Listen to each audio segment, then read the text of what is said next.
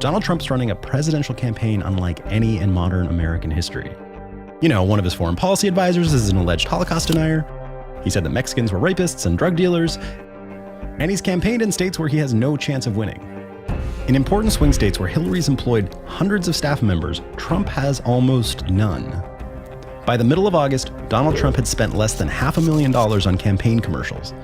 By comparison, at the same point, Hillary Clinton had spent over $23 million on commercials in Florida alone. But what if winning the election isn't the point? What if Donald Trump never wanted to be president in the first place?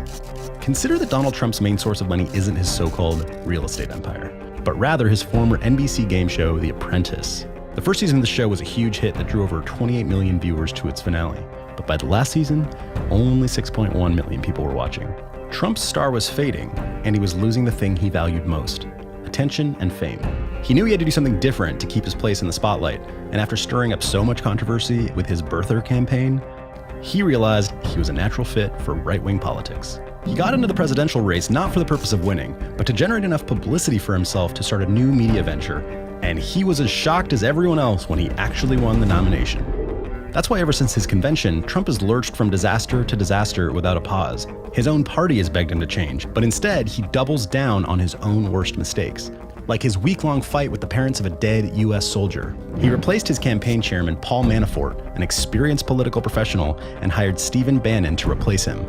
Bannon has never worked on a political campaign in his life, but he is a very powerful conservative media executive and the head of a popular right-wing website, Breitbart News. In addition, Trump's added disgraced former Fox News president Roger Ailes as an informal advisor.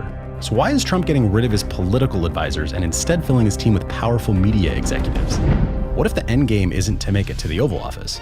What if the real goal was to start his own right-wing news network? By sticking to his hard right and inflammatory speeches, Trump is alienating the majority of Americans, but he's ensuring the support of the vocal minority who helped him win the nomination. Consider that it takes over 60 million votes to win a presidential election, but only a few million to run a successful cable news channel.